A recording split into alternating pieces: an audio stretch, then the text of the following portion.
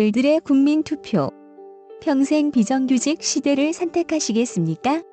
아니면 고용이 안정되고 먹고 살 만한 임금을 선택하시겠습니까? www.votechange.kr에서 지금 바로 참여하실 수 있습니다. 여러분의 선택은 세상을 바꿀 수 있습니다.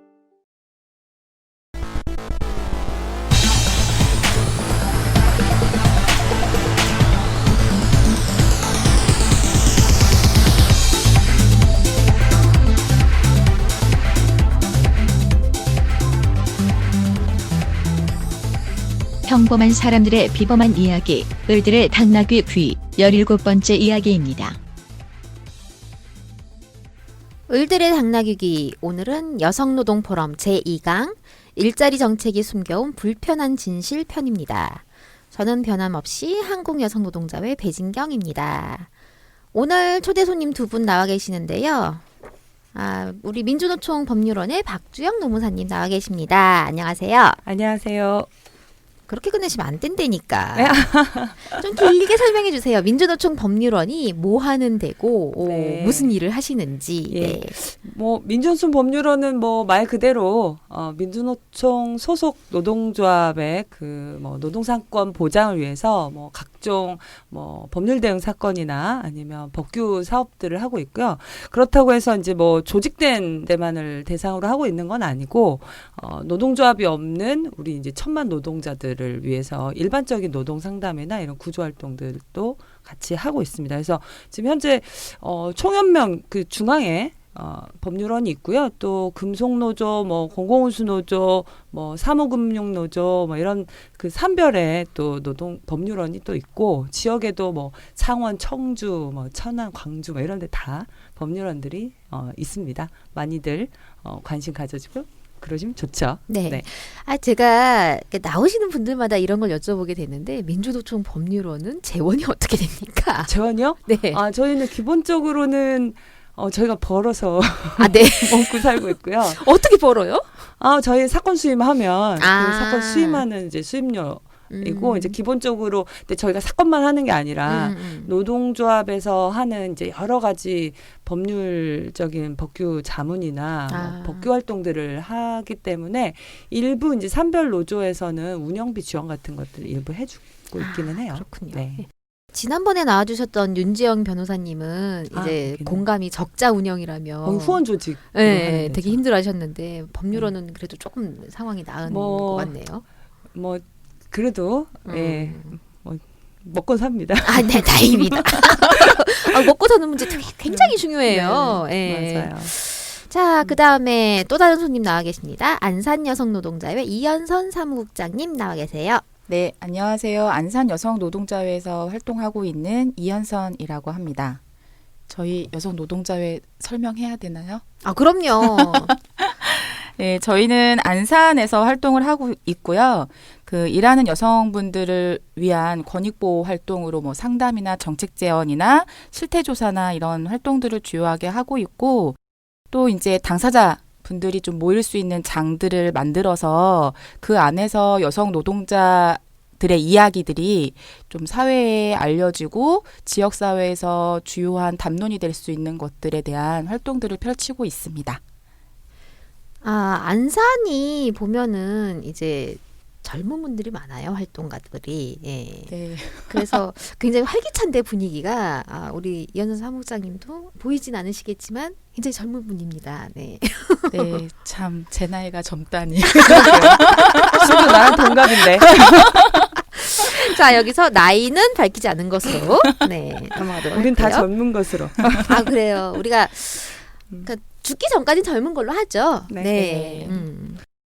자, 오늘 이제 우리가 할 얘기가 여성노동포럼에서 박주영 노무사님이 발제해 주신 2강 일자리 정책에 숨겨온 불편한 진실인데, 사실 그날 말씀을 하시는데 정말 이게 무슨 세기말적의 이게 암흑의 기운이 강의실을 다 뒤덮은 그런 느낌이었어요.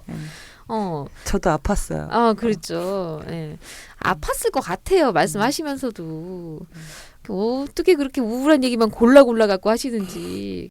우리가 그때 그러고 나가지고 강의 끝나고 나가지고 이게 뒤풀이를 하면서 이게 조금 그래도 우리가 팟캐스트는 좀 희망적으로 좀 얘기를 해보자 막 그랬잖아요. 근데 어떻게 희망적이 될까요? 아니요. 거의 실패할 것 같습니다. 아, 오늘 옷도 새카맣게 입고 오셨어. 어떡하면 좋아. 아, 그러게요. 아, 정말. 에이, 참. 어쨌든. 네. 일단 가보도록 할게요. 아, 우리가 지금 기본은 풀고 이제 시작을 해야 될 것 같아요. 이게 제목이 일자리 정책이 숨겨온 불편한 진실인데, 뭐 물론 이 강의 제목은 한국여성노동자회에서 드린 게 맞습니다. 근데 이 제목을 어떻게 접근하고 해석하시고 하셨는지 좀 말씀을 해주시겠어요? 네, 사실 이제 일자리 정책하면 원칙적으로는 희망적이어야 돼요. 그렇죠? 그렇죠. 일을 만드는데. 근데 사실 이제 일자리 정책이 언젠가부터 이게 이제 노동을 중심으로 하는 정책이 아니라 이 자본의 관점으로 이동을 했다라고 하는 것이 이제 사실 우리가 이번 그 강의에서 다루게 된 주요한 내용 중에 하나였을 것 같습니다. 그래서 실제로 이제 일자리 정책의 핵심은 정부가 일자리를 만들어 줘야 되는 의무가 있어요. 왜? 이거는 헌법에도 나와 있지만 노동자는 일할 권리가 있기 때문에. 그래서 사실은 일자리 정책의 핵심은 일할 권리에서 출발해야 되는 것인데 지금의 우리 지금 일자리 정책을 보면 생존을 해야 되는 어려운 상황에서의 뭐 거의 이제 정부가 시혜적인 어떤 보호 뭐 이런 맥락으로 이 정책의 그림이 그려지고 있다는 거고 그것 때문에 사실은 이게 이제 굉장히 노동자가 일하기에 적합한 일자리가 아니라 자본이 쓰고 버리기 좋은 일자리를 중심으로 이제 의미가 굉장히 왜곡되고 있다고 볼 수 있는 것이죠. 그렇기 때문에 지금 현재 여성 일자리 정책도 되게 여성 고용 환경을 훨씬 더 악화시키는 방향으로 되고 있다. 이게 이제 사실 우리가 이 강의에서 얘기하려고 했었던 그 일자리 정책의 숨은 진실이 아니겠는가 이렇게 생각하고 있습니다. 네. 밝게 얘기를 하려고 아주 노력했지만 내용 아주 어둡네요. 그렇죠? 네, 이게 노무사님 말씀을 듣다 보니까 제가 제목을 잘못 드렸다는 생각이 들어요. 근데 사실 이게 불편한 진실이 말하는 바가 밝고 희망적일 수 있는 건 또 아니잖아요. 그죠? 어쨌든 근데 우리가 이 질척한 현실을 일단 파헤쳐 봐야 되지 않겠습니까? 네. 그래서 일단 얘기를 푹 들어가 보는데 노무사님께서 강의 첫 줄에 여성 정책의 패러다임은 여성 중심 접근법에서 젠더 중심 접근법으로 무게 중심이 이동해 왔다라고 쓰셨어요. 근데 이제 여성 중심이라는 것과 젠더 중심이라는 게 이게 차이가 좀 큰데 이게 사실 젠더라고 하는 단어 자체가 이게 사실은 업계 용어잖아요. 그죠? 여성 노동계, 여성계, 그쪽 계에서 잘 쓰이는 업계 용어인데 이제 사무장님 이게 젠더가 무슨 얘기인 건지 조금 설명을 좀 해주시겠어요? 네. 그래도 젠더 좀 많이 요즘에는 좀 많이 사용되기도 하고 워낙 직장의 성희롱 예방 교육이나 이제 이런 거 할 때 성평등 교육이나 이런 것 때문에 젠더라고 하는 말을 많이 좀 사용을 하고는 있지만 좀 익숙하지 않은 말인데요.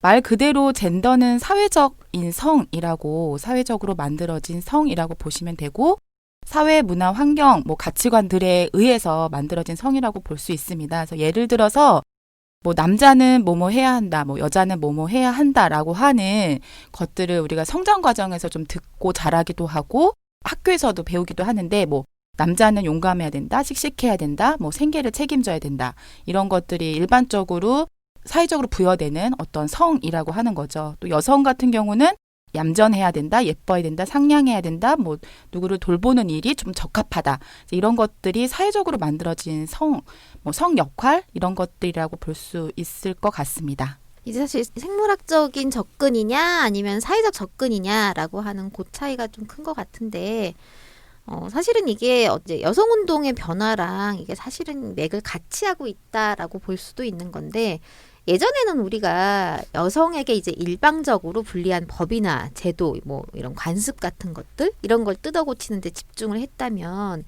이제는 이제 남성과 함께 상생하기 위한 방안들을 찾고 있는 거잖아요. 근데 어쨌든 이제 여성주의, 뭐 페미니즘이라고 하는 것 자체가 여성이 혼자 잘 먹고 잘 살자 뭐 이런 주의는 또 아니잖아요. 그죠?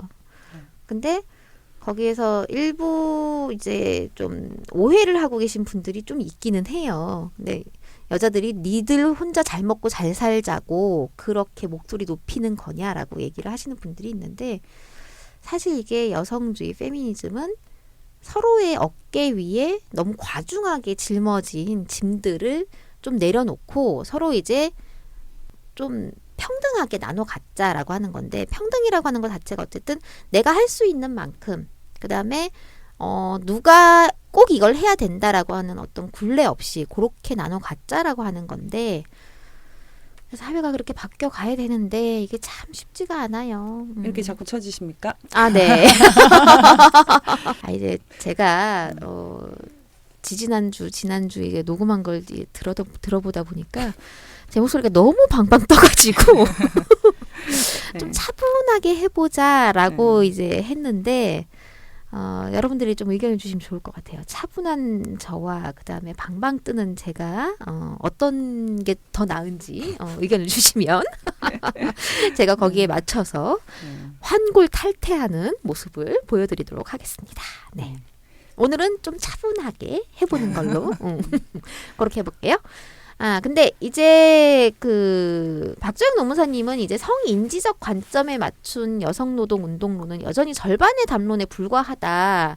뭐 요렇게 탁 치고 나오셨는데 요게 어떻게 듣게 되면은 굉장히 그 여성주의 쪽에서는 좀 공격적인 주장이다라고 들을 수도 있어요. 네. 네. 잘못 들으면. 그래서 요게 오해가 없게 좀 설명을 좀 해주시면 좋겠습니다. 그래요. 사실 이제 젠더 중심 접근 이런 이제 부분은 사실 이제 여성만 보는 게 아니라 쉽게 말하면 그냥 어떤 면에서 양성 혹은 이제 관계적 싸움들을 좀 보면서 그 효과들을 보면서 뭔가 정책적이든 뭔가 이렇게 대안들을 모색하는 것이다 이렇게 볼 수 있을 것 같은데 사실 이제 우리가 여성 운동을 논한다고 하면 그리고 이제 가부장제 사회 안에서의 이제 남녀의 권력의 문제와 관련한 부분을 논한다고 하면 사실 이제 그렇게 이야기되는 것이 맞겠죠. 근데 사실 이제 여성 노동 운동 혹은 여성 노동 정책을 본다고 했을 때는 사실 여전히 이 성인지적 관점에 따른 그 정책 생산이나 이런 부분들 어떤 면에서는 그 여성에만 포커스가 맞춰져 있는 셈이 된다는 거고 사실은 여성 노동에 있어서는 노동이라고 하는 것이 갖고 있는 효과들을 우리가 놓쳐서는 안 된다는 얘기이죠. 그러니까 쉽게 말하면 사실 우리 사회에는 가부장적 질서에 의해서만 운용되고 돌아가는 것이 아니라 오히려 더 많이 점점 더 강하게 이 시장의 질서, 자본주의 시장과의 관계에서 이 여성이 어떻게 위치되어지고 혹은 여성과 남성들의 그런 이른바 젠더 관계가 어떤 식으로 왜곡되거나 혹은 악용되거나 이런 문제들이 계속 발생하는 것이기 때문에 여전히 우리가 이 여성 노동의 현실을 읽으려면 이 그 성인지적인 관점에서 남녀의 어떤 관계 그 가부장적 질서에 대한 문제만을 보는 것이 아닌 시장에서의 어떤 다양한 이제 배분정의 문제에 대해서도 관심을 둬야 된다. 그리고 그것을 운동의 어떤 지형 안에 구축할 필요가 있겠다. 이런 이제 생각을 가지고 드린 말씀이죠. 네. 근데 거기에서 제가 한 가지 질문 드리고 싶은 거는 도발적으로 나오시는 것 같은데. 근데 네. 거기에서 요게 어쨌든 그 부분을 저희가 간과한 건 아니에요. 맞아요. 간과한 건 아닌데 거기에서 이제 어쨌든 신자유주의가 득세를 하면서 가장 약한 고리를 먼저 치잖아요. 그렇죠. 가장 약한 고리를 먼저 치면서 여성을 점점 더 밑바닥으로 끌어내리면서 그 조금이라도 위에 있는 사람들을 계속 이렇게 잡아 당기는 거잖아요. 그렇죠. 근데 거기에서 이제 가장 밑바닥에 있는 여성들을 갖다가 이제 좀 특정화해가지고 이제 끌어올리려다 보니까 이게 성인지적 관점이 나온 게 아니냐, 라고 하는 그런 얘기가 나올 수 있는데, 그러니까 뭐 결과적으로는 뭐 별로 다른 얘기 같지는 않아요, 사실. 사실 이제 제가 이제 얘기하고 싶었던 거는 약간 무게 중심의 문제이거나 혹은 좀 관점에 있어서 놓치지 않고 보기를 요청드리는 뭐 조언 정도라고 생각을 하는데요. 사실은 특히 방금 말씀하셨던 것처럼 자본주의 원리가 그 통용되는 그 부문은 있습니다. 근데 그 부문이 다른 부문들을 넘어가기 시작했어요. 그러니까 정치의 영역, 그러니까 경제 질서 영역이 더 많은 이제 다른 원리에 따라서 운영돼야 될 그런 질서들에까지도 무한 이제 확장되는 거고, 그 논리로 다 모든 것을 설명하고 해석하고 그것을 따르지 않으면 퇴출시키는 방식으로 이제 공동체 질서를 어떤 면에서 어지럽힌다고 할 수 있죠. 근데 그것이 사실은 이제 노동에서는 특히나 그 세력이 더 강하다고 할 수 있는데, 최근 들어서 이제 이 신자유주의 진전들이 시작이 되면서 되게 우려스러운 현상 중에 하나가 바로 이제 노동법의 어떤 해체, 그리고 되게 후퇴들이 되게 심각한 상황에 좀 내몰리고 있는 것 같다는 생각을 하게 됩니다. 근데 사실은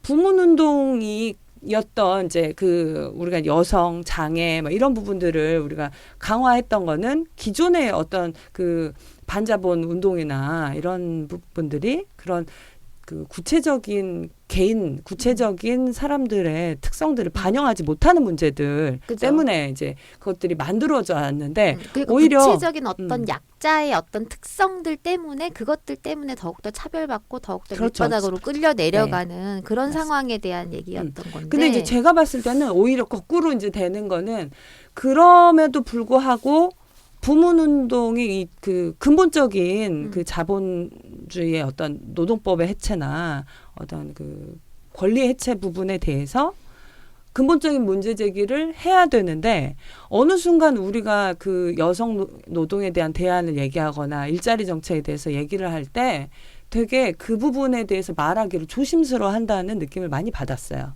뭐 예를 들면 처음에 그 퍼플잡 나올 때, 시간제 일자리 얘기 처음 나올 때, 지금은 다들 이것이 재앙이다라고 여성운동, 여성노동운동 하는 누구든지 이거를 재앙이다라고 단정적으로 다들 얘기를 하세요. 왜냐면 현상과 결과가 나오고 있기 때문에. 근데 그 초기에는 내부 여성 노동운동 내부에서 이거에 대해서 섣불리 평가 내리는 걸 굉장히 조심했던 기억이 납니다. 아니었는데요. 아니에요. 그렇지 않아요. 아니 제 기억에는 분명히 그것에 대해서 우리 이제 오늘 진짜 논쟁적으로 근데 제 기억에는 분명히 그렇거든요. 그때 퍼플잡이 나왔을 때 네네.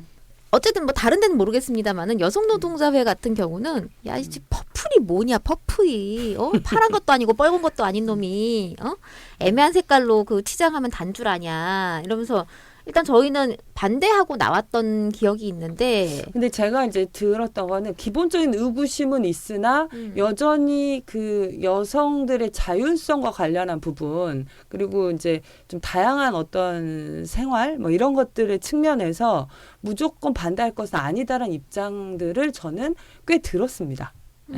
그래서 사실은 그 당시에 이제 물론 그 몇몇 이제 분들이라고 하실 수는 있겠습니다만, 근데 당연히 저는 이제 그 부분에서 일정 부분 이해는 돼요. 왜냐하면 현실의 여성 노동자들의 그 문제에 걸쳐 있는 분들 입장에서는 이거를 원칙만을 얘기할 수 없는 문제가 저는 분명히 있었을 거라고는 보여지는데, 사실 그런 면에서 우리가 어떤 현실적 한계를 인정하지만 또 동시에 그 문제를 풀기 위해서는 되게 근본적인 부분에 대한 확인과 그것을 좀 아프지만 들여다볼 수 있는 용기들도 되게 필요한 것이 아닌가, 이런 생각들이 들거든요. 그래서 이거 뭐 일반화해서 얘기하는 것은 아니니까요.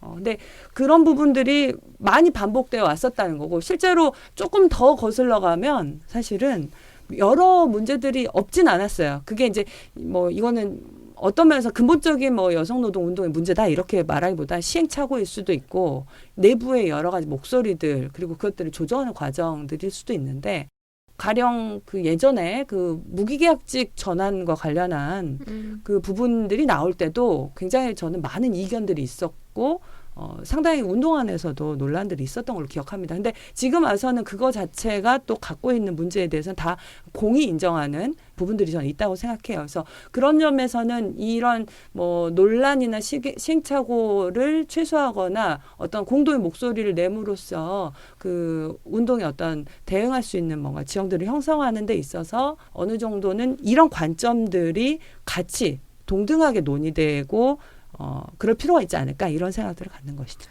그러니까 이게 어떤 주장의 다양성이라고 하는 것 자체는 사실 굉장히 소중한 거잖아요. 그럼요. 굉장히 소중한데 그것들이 어떻게 어떤 모양으로 합의를 거쳐 가느냐 그게 필요할 것 같다라고 하는 생각이 들고 서로의 이제 의견을 또 존중을 해야 되잖아요. 그죠? 네, 오늘은 네. 존중하고 넘어가는 걸로.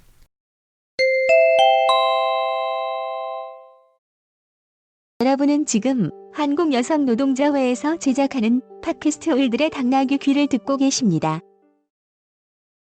이제 문제는 결국 이제 신자유주의가 이제 득세를 하면서 파생되는 문제지 않습니까? 네. 차별을 이제 문제라고 제기하면 이제 결국 이거를 개인의 선택으로 어떤 개별 당사자 간의 계약 관계로 이게 문제가 집중이 돼 버리게 되고 그 이면을 이제 계속 자본의 입맛대로 이제 변해가는 법이 교묘하게 이제 뒷받침해주는 형국이에요, 지금. 근데 예전에는 이제 이런 걸 여성에 대한 차별을 굉장히 단순하게 대놓고 했었는데 요게 사실 교묘하게 바뀌어가고 있어요. 대놓고 너 여성이니까 요런 식으로 차별하지는 않아요. 뭐 그렇죠. 예, 근데 사실상 이게 비정규직이라고 하는 것 비정규직 차별의 같은 말이 어떤 여성에 대한 차별이다라고 할 수 있는 그런 상황이기도 한데 뭐 어떻게 생각하시는지. 예.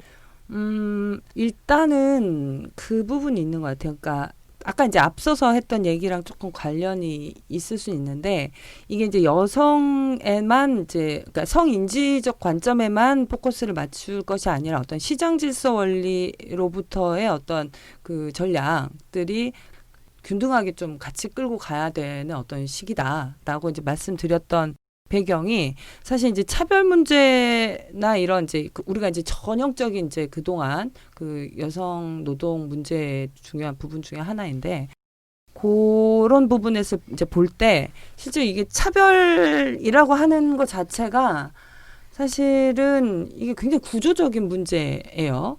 근데 이 차별을 규율하는 형식이나 방법은 굉장히 개별적인 당사자 구제 방식을 두고 있고 그렇기 때문에 우리 이제 법이나 이 특히 사법기관이나 이 노동법이 이 차별을 이해하는 방식들이 되게 그 당사자 개인들의 문제로 좀 접근하는 초점을 맞추고 있다는 거죠. 그래서 만약 어떤 특정한 여성 노동자 개인의 어떤 선택과 결부돼 있다던가 뭐 이런 어떤 개인들의 여지에 따라 좀 다르게 형성될 수 있다던가 이런 식으로 볼 수 있는 뭐 개별적인 특성이 있으면 그걸 되게 이제 합리적인 것이다라고 보는 방식으로 차별을 관대하게 허용해주는 그런 경향들이 사실 있었던 거죠. 저는 이제 이것도 이제 좀 뭐랄까 이 차별을 이해하는 방식이 완전히 성인지적인 관점에서 봤을 때 그것만으로 지적할 수 없는 부분들이 있다는 생각을 하게 되는 거예요. 왜냐하면 이게 굉장히 이제 시장 원리의 측면에서 법과 이런 것이 작동되고 있기 때문이라고 보기 때문이거든요. 그래서 요 두 가지가 다 필요한 이유가 어떤 시장과의 관계에서 사법기관의 태도나 이런 게 어떻게 나타나는지를 보면 그 첫 번째 특성이 그런 개별 당사자 관계로 접근한다거나 개인의 선택의 측면에서 접근한다거나 이게 굉장히 시장의 가장 기본 원리에 있단 말이죠. 그래서 그런 게 굉장히 이제 점점 해석이나 판단 기준에서 득세하고 있는 그런 현상이라고 좀 볼 수 있고요. 저희도 이제 여성 노동자들을 회해서 이게 상담들을 받다 보면은 그런 상담들 굉장히 많지 않아요. 그러니까 전화가 와가지고 뭐 이제 일을 그만둬야 되는데 내가 선택을 했는데 상황을 얘기를 쭉 들어보면은 내가 선택한 게 아니야. 내가 선택한 게 아닌데 내가 선택했다고 착각을 하고 계시는 분들이 많아요. 뭐 얘기를 듣다 보면은 애는 하루 종일 우는데 어디다 갖다 맡길 데도 없고 그리고 뭐 저녁 때 와가지고 칼퇴근을 해야 되는데 회사는 칼퇴근을 시켜주지 않고 그렇다고 임금이나 많나 임금도 많지도 않아가지고 뭐 다 주고 나면은 또이또이 되고 그러다 보니까 이제 내가 일을 도저히 계속 할 수가 없는 상황이라서 일을 그만두려고 하는데 결과적으로 실업급여를 받을 수 있나요? 라고 하는 그런 상담? 그리고 아니면 뭐 육아휴직 끝나고 난 다음에 회사가 그만둘 것을 요구하는 상담도 굉장히 많지 않아요? 그렇죠. 그리고 회사하고 그때만 해도 그 출산휴가 쓸 때는 육아휴직 쓰고 나가기로 회사랑 약속을 했는데 그쵸. 지금 와서 다시 다닌다고 해도 돼요. 막 이런 뭐 그런 식의 얘기들이 실제 상담에 많이 나오고 있죠. 그죠. 그 또 상담들 보면은 또 재밌는 게 뭐냐면은 회사들이 그렇게 육아휴직 끝나고 육아휴직까지는 줄게, 까지는 주는데 그러고 나가지고 그 이후에 그만둬라.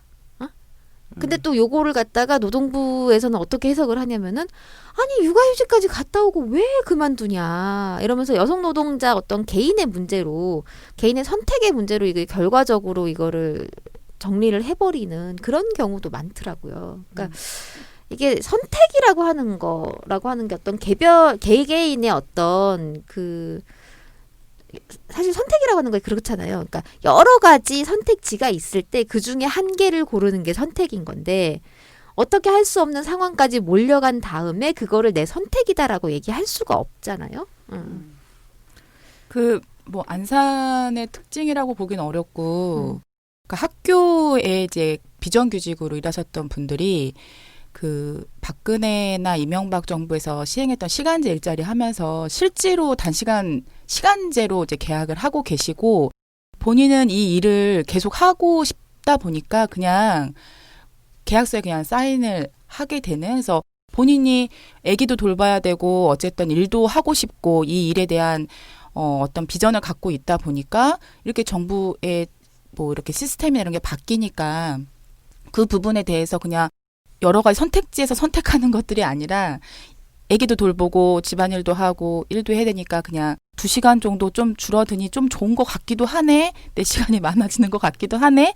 하면서 실제로 좀 사인을 하시고 거기에 순응하는 그런 사례들도 있고 임신 출산과 관련된 부분은 뭐 저희도 상담 받아보면 어쨌든 쭉 얘기 듣다 보면 그러니까 아이를 낳고 그 휴가를 들어가는 것까지만 해도 이제는 좀 많이 싸우시는데 그 이후에 우리 장시간 노동 안에서 아이를 뭐 데리러 가야 된다거나 케어해야 된다거나 이런 것들이 이제 여성 노동자가 주요하게 본인도 이제 그렇게 생각을 하고 관리자도 그렇게 생각하다 보니까 너무 고민이 되는 거죠. 복귀한다고 했다가도 내가 이 두 가지를 다 할 수 있을까 뭐 이렇게 고민하기도 하고 하면서 결과적으로는 굉장히 뭐 관리자도 그냥 그만둬라 이렇게 얘기하고 본인도 좀 그 부분에 대해서 본인이 그냥 둘 중에 하나를 좀 선택해야 되니까 내가 이걸 선택해야 되겠다라고 하면서 그냥 일을 그만두거나 해고를 받아들이거나 그런 사례들이 좀 많이 접수가 되고 있죠. 네. 다음에 제가 미즈넷을 좀 즐겨보는 편인데 그거를 보면은 되게 여성들이 어떻게 생활을 하고 있는지를 잘 볼 수가 있어요. 그래서 제가 이거를 이렇게 보다 보면은 여성 노동자들이 그러니까 아이를 낳고 이제 고민하는 것들 중에 많은 것들 중에 하나가 뭐냐면은 내가 이 돈을 받고 계속 이 일을 해야 되는가 라고 하는 고민이 굉장히 많아요. 근데 댓글을 보면은요 하나같이 이렇게 얘기를 해요. 월수 200만 원이 안 되시면 그냥 그만두시고 집에서 아이 보시는 게 나을 것 같아요. 요런 얘기들이 굉장히 많거든요. 그러니까 이게 여성 노동자들이 아이를 키우면서 직장을 나갈 수 있는 손익분기점이 200만 원인가라고 하는 생각이 드는데 사실 월수 200만 원 여성 노동자가 많지 않잖아요. 그죠? 그래서 이게 또 그러니까 이게 경력 단절이라고 하는 문제 자체가 뭐 여러 가지 뭐 제도라든가 뭐 어떤 아이를 키워줄 사람의 문제라든가 이런 것들도 있지만 사실상 결과적으로 봤을 때 이제 임금의 문제일 수도 있다라고 하는 그런 생각이 또 들더라고요. 사실 이게 이제 보통 우리가 이제 임금 차별 얘기를 할 때 예전에는 이제 여자니까 뭐 이런 부분들이 있었잖아요. 그러니까 뭐 그 어떤 그 전통적인 그 성 역할에 따른. 근데 지금은 이제 그런 얘기는 없어요. 근데 더 명확해진 것은 여성은 애를 낳으면 집에 들어가서 이제 애를 키워야 되는 거고 경력 단절 되는 게 상당 부분이고 그래서 지금 이제 정부에서 하는 이제 뭐 경력 단절 여성 뭐 일자리 창출 얘기도 나오지만 그 경력 단절이 된 뒤에 새로 이제 들어가는 방식의 경우에는 뭐 이른바 직군분리라던가 그 채용 경로가 달리 되어 있는 경우들이 되게 그렇죠. 많아요. 네.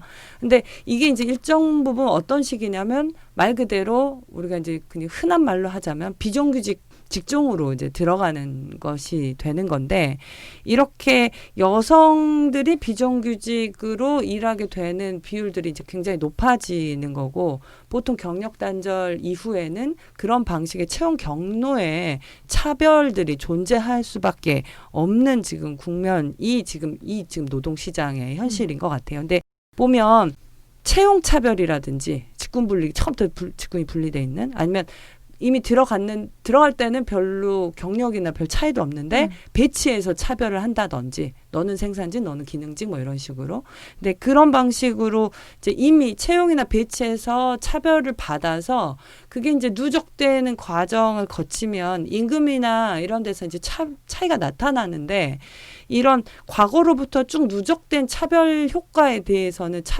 임금 차별로 보지 않고 있는 게 지금 우리 사법부의 현실이에요. 그러니까 오히려 이제 동일가치 노동 동일임금 원칙이라고 우리가 많이 얘기를 하는데 그것도 우리 지금 법구조 안에서는 이걸 어떤 식으로 보냐면 되게 동일가치 노동이라고 하는 그 개념을 되게 이제 획일적으로 적용을 하면서 이걸 우리는 이제 이 동일가치 노동이라는 건 비교 가능한 가치들을 비교해서 예를 들면 A보다 이 B라는 사람이 한 95% 일을 하면 급여는 한 95% 수준은 줘야 된다는 게 이제 비례 가능한 범주에서 판단하는 동등한 임금 구조라고 할 수 있는데 지금은 뭐 한 75밖에 못 받아요. 그리고 저 사람은 이제 100에 내가 75인데 근데 동일가치 노동을 판단할 때는 동일가치 노동은 아닌 거죠.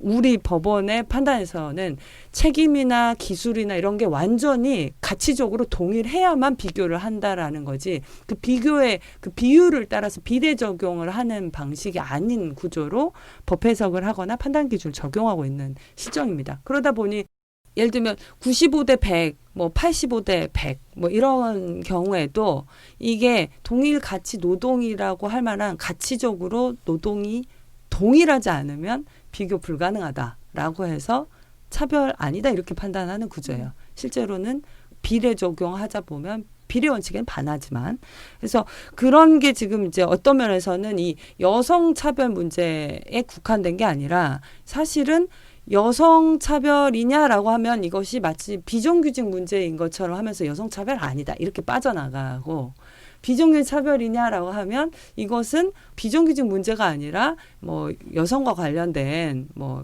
이제 성별의 어떤 상황과 관련돼서 생긴 거지 이거는 나쁜 게 아니다. 그러니까 성별에 관련해서 그러니까 서로 다르게 뭐 경력 단절 여성이 있기 때문에 주부 사업으로 뽑았기 때문에 등등등 이런 방식으로 경력 그 채용 경로가 다르기 때문이다라고 하는 방식으로 피해가는 약간 이 우리가 흔히 복합된 차별을 쪽에 서로 핑계를 떠넘기면서 차별 판단을 피해가는 그런 방법들이 이제 많이 오히려 자본주의가 점점 심화되면서는 그런 문제가 더 많이 나타나는 것 같습니다. 아까 그 경력 단절 여성들 얘기를 하셨는데 사실 요즘에 이제 시간제 일자리로 경력 단절 여성들을 유도하겠다라고 하면서 정부가 이제 시간제 일자리 정책을 폈잖아요.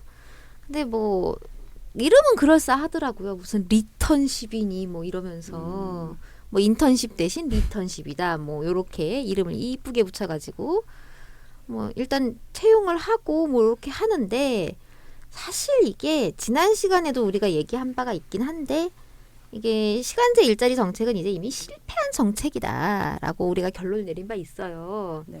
근데 그때는 우리가 좀 이제 개괄적인 얘기만 했었고 그래서 오늘은 좀 자세히 좀 들여다봤으면 좋겠는데 시간제 일자리 정책이라고 하는 것 자체가 일단 결과적으로 봤을 때는 25세 미만과 55세 이상의 양만 늘렸다라고 하는 고 나이대에서 정작 정부가 그 타겟팅한 것은 경력 단절 이후의 여성들이었는데 양극화가 생긴 거죠. 그냥 결국은 이 양극단에서 이게 확 치솟는 효과가 생겨버린 건데 청년들이 시간제로 들어가게 되는 거고 고령자들이 시간제로 들어가게 되는 거고 그러면서 우리 사회 완전 밑바닥에 있는 일자리들을 다 깔아버리게 되는 그런 양상이 나타나게 된 건데 요 시간제 일자리 관련해가지고 조금 얘기를 해볼까요?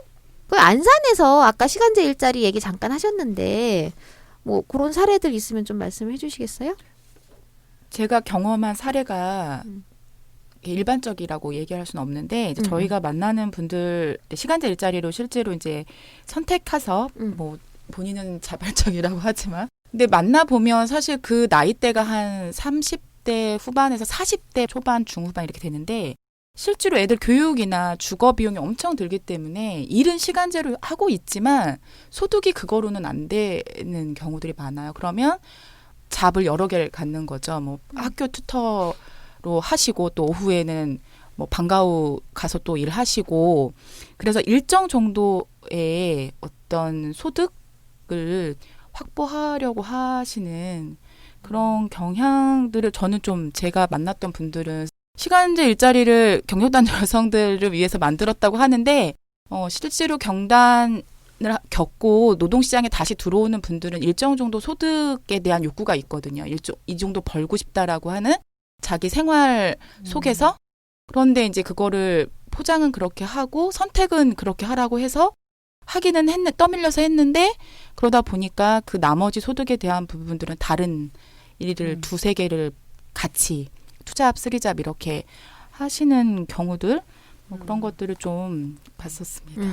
그 시간제 일자리가 사실은 여성들이 풀타임 일자리를 찾다가 시간제로 넘어가는 경우가 많아요. 왜냐하면 이제 풀타임 일자리는 고용이 이제 보장이 돼야 되는 거니까. 근데 시간제 일자리는 정말 이제 왔다 갔다 하는 일자리잖아요. 그러다 보니까 투잡, 쓰리잡 뛰시는 분들이 있는데 이제 제가 예전에 일본에서 들었던 사례인데 투잡, 쓰리잡을 뛰시던 그 시간제 노동자가 과로사를 하셨다는 그런 얘기를 들었어요. 근데 사실 이게 남의 나라 얘기가 아닌 거죠. 예, 시간제 일자리 같은 경우는 한 장소에서 일하지 않기 때문에 굉장히 어떤 이동 시간도 많이 들고 이동에 대한 비용도 증가하는 데다가 시간제 일자리라고 하는 것 자체가 굉장한 압축 노동이잖아요. 같은 시간에 해야 되는 일을 갖다가 좀 더 시간을 줄여가지고 그 시간 안에 끝내라라고 하는 경우도 많고 이게 굉장히 집중력을 요하면서 그 시간 안에 끝낼 것을 요구하기 때문에 사실상 굉장한 이제 압축 노동인 건데 요거에 대해서 이제 저희는 그렇게 주장하고 있기는 합니다. 시간제 일자리로 사람을 쓸 거면 그 임금 기준을 좀 더 높이 잡아야 된다라고 주장을 하는데 사실상 더 낮게 잡죠. 사실 이게 또 고용률 이게 목표를 가지고 정부에서 이걸 막 대대적으로 이걸 이제 밀어붙이기를 하다 보니까 이게 오히려 또 멀쩡한 정규직 일자리를 다 갉아먹는다는 그렇죠. 문제가 있죠. 그래서 실제 이제 계속 그 각종 지금 해고 사례들을 또 들여다보면 정규직 여성 일자리인데 이거 시간제로 바꿔야 되니까 시간제로 변경하는 계약에 서명 안 할 거면 나가라. 이런 일들이 실제로 이제 비일비재하게 좀 발생하고 있고 최근에 좀 극단적인 게 어떤 경우냐면 이 시간제 일자리를 바꾸자고는 했으나 이것의 어떤 양질의 그 어떤 질을 보장하는 내용들은 사실은 그냥 비례원칙 이렇게 한마디만 툭 던진 게 다여서 고용이 안정이 된 것도 아니며 근로조건이 제대로 된 것도 아니다 보니 오히려 시간제 붐이 생겨나면서 오히려 민간이나 공공 부문도 마찬가지인데 오히려 그 주 15시간 미만 초단시간 근로제도가 더 많이 이제 급증하게 되는 게 좀 이렇게 나타나는 것 같습니다. 근데 아시다시피 주 15시간 미만이면 이 경우에는 노동법이 제대로 적용이 안 되죠. 군기법상 뭐 퇴직금도 적용이 안 되고 주휴일이나 연차휴가 이런 것도 보장이 안 되고 사대보험도 안 됩니다. 그래서 그리고 뭐 부당해고도 안 되죠. 네, 그거는 뭐 5인 이상 사업장이면 적용은 되는데 문제는 이제 대부분 또 이런 경우들이 기간제 근로계약을 겹쳐서 하고 있는 거예요. 그러니까 시간제라고 해서 무기계약이 아니라 기간제이면서 시간제인 그죠. 그런 형태, 복합된 그 비정규직 형태를 띠고 있어요. 근데 이런 경우에는 기간제법상 2년 넘는다고 무기계약 전환되는 게 아니죠. 그렇죠. 기간제법 예외 음. 대상이거든요. 대상이거든요. 또 초단시간은. 그러니까 모든 면에서 사실은 권리의 어떤 보호를 받을 그 가능성이 극히 떨어지는데 사용자들은 오히려 이제 정부가 좋다 좋은 일자리다라고 하면서 시간제를 막 이렇게 홍보하는 사이에 아주 안 좋은 근로 조건으로 여성 노동자들을 이제 밀어내고 있는 그런 상태라고 할 수 있을 것 같습니다. 참 일자리가 이게 계속 안 좋아진다는 얘기만 저희가 계속 드리고 있는데. 저희 네. 그 아까 응. 그 시간제 일자리 하면서 22세 22세 미만과 55세 이상 응. 양적 증가 25세, 했다고 했는데 저희가 한 건 아니고 저희 안산에 있는 비정규 지원 센터에서 그 편의점 알바생들 그러니까 보통 이제 젊은층 아이들이 하는 그 실태 조사를 했는데 최저임금 위반 사업장이 45% 정도가 나왔어요. 네, 그래서 이제 시간은 그러니까 일자리는 계속 그 시간제 일자리로 확대되는데 아까 말씀하신 것처럼 임금을 더 줘야 되는데 최저임금도 안 주면서 예, 그 일자리를 좀 더 확대되고 어쨌든 이용하고 있는 것 같다. 저희도 그래서 지역에서 되게 깜짝 놀랐었거든요. 그래서 최저임금은 그래도 다 받는 줄 알았는데 편의점에서 아르바이트하고 있는 이제 청년들 같은 경우에는 45% 정도가 최저임금도 못 받고 있는 그런 현실을 보면서 되게 개탄했던. 예, 사실 떠오르네요. 시간제 일자리가 갖는 문제가요. 그냥 딱 시간 뭐 원래 8시간보다 짧게 일한다 이런 문제가 아니라 그렇죠. 일종의 그 시간급제를 보편화하는 문제도 있어요. 그러니까 임금 체계나 이런 부분에 있어서도 우리가 흔히 이제 일반적으로 하는 월급제라던가 뭐 호봉제라 이런 틀을 다 깨는 거죠. 시간급으로만 오히려 오로지 시간당 얼마로만 근로조건, 임금을 형성하는 문제들도 있고. 그래서 사람이 이게 네.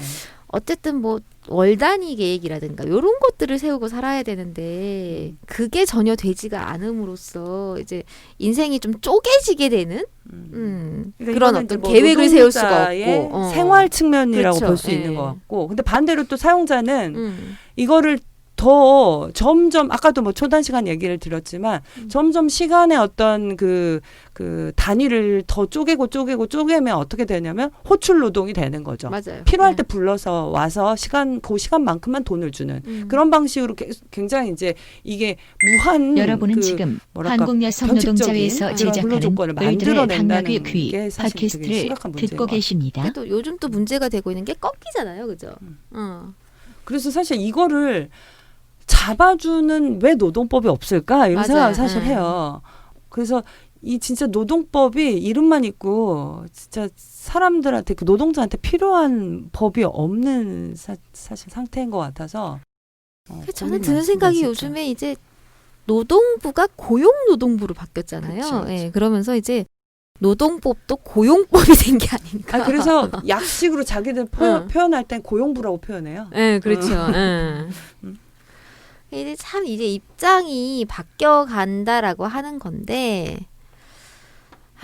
근데 아까 우리 초반에 좀 우울하지 않게 즐겁게 네. 하셨는데 점점 우울해지는 느낌은 뭘까요? 아, 저 신나는 얘기 좀 하나 해봐요. 네. 아니 뭐 안산에 뭐 신나는 얘기 없어요? 글쎄요. 아, 뭐 맨날 뭐 안 된다 하지 말아라 뭐 그거 대신 이거 해라 뭐 요런 얘기만 하는 게 업이다 보니까 이게 참 그러게 우리가 좀 아쉬운 게 좀 그런 게 음. 사실 우리가 그 좋은 대안들을 가지고 있지 않은 건 아니잖아요. 그렇죠. 참 좋은 대안들이 있습니다. 근데 이거를 얘기하고 이렇게 같이 소통하고 이렇게 주고받을 참 공간이 없는 것 같아요. 맞아요. 예. 제가 봤을 때는 박근혜 정부 그 후보 시절에 예. 얘기할 때 말실수로 나왔던 불량식품도 지금은 완전 그 마치 이게 당연한 어떤 정책에 맞아요. 무슨 언어인 양 막 이렇게 홍보되고 쓰인단 말이에요. 계속 반복하고 문서화되고 하면서. 근데 우리는 참 좋은 정책들이 있는데 의외로 이걸 많이 얘기할 수 있는 기회들이 없어서 그런 면에서 이게 어떤 의미를 갖고 우리 삶이 어떻게 바뀔 건지를 같이 생각해 볼 수 있는 기회가 참 없는 것 같아서 오늘은 좀 얘기해보면 좋을 것 같습니다. 오늘 이제 네. 좀 재밌는 얘기 좀 해보죠. 자, 그러면은 박정 노무사님은 네. 이제 법을 다루시잖아요. 네. 법을 다루시는데 죄가 많습니다. 법하는 사람들은 다 엎드려서 절해야 돼. 아유, 그게 또 사람이 죄는 아니지 않습니까? 예. 근데 노동법에서 요거 하나는 정말 바꾸고 싶다라고 하는 게 있다면 뭐가 있을까요? 정말 바꾸고 싶다? 음. 글쎄요. 이게 되게 하나만 골라야 돼요? 어떻게 너무 많은데. 뭐 1순위부터 3순위까지 한번 얘기해 보죠.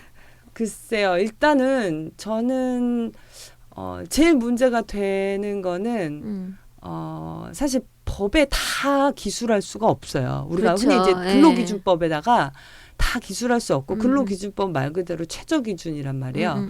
그럼 결국 우리가 말하고 우리가 행동할 수 있고 그래서 그거를 구체화할 수 있는 그러니까 우리가 대안을 만들어낼 수 있는 나의 근로조건 임금을 만들어낼 수 있는 그런 이제 내 목소리를 낼 수 있는 게 되게 필요한데 그렇죠. 지금 우리 이제 노조법, 노동조합 및 노동관계조정법이라고 돼 있죠.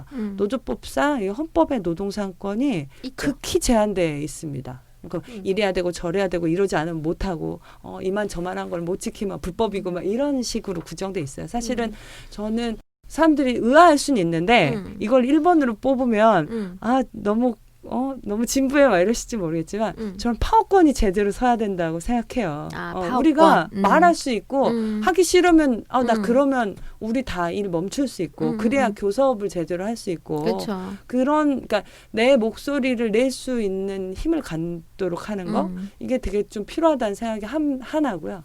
이제 개별적 근로관계와 관련해서 보자면 제일 필요한 거 저는 사실 우리 사회 지금 문제 막 정부에서 노동시장 구조 개혁이라고 해가지고 뭐 여러 가지 막 얘기하고 있죠. 해고도 막 마음대로 할 수 있게 하겠다 이러는데 실제 이제 우리 사회 딱 문제를 크게 저는 세계 이렇게 보면 지금 저임금, 저고용, 저성장 같아요. 그렇죠. 근데 이거를 사실은 푸는 방법이 해고를 자유롭게 해서 실업을 해결하겠다거나 이런 논리는 사실 말 안 된다고 생각합니다.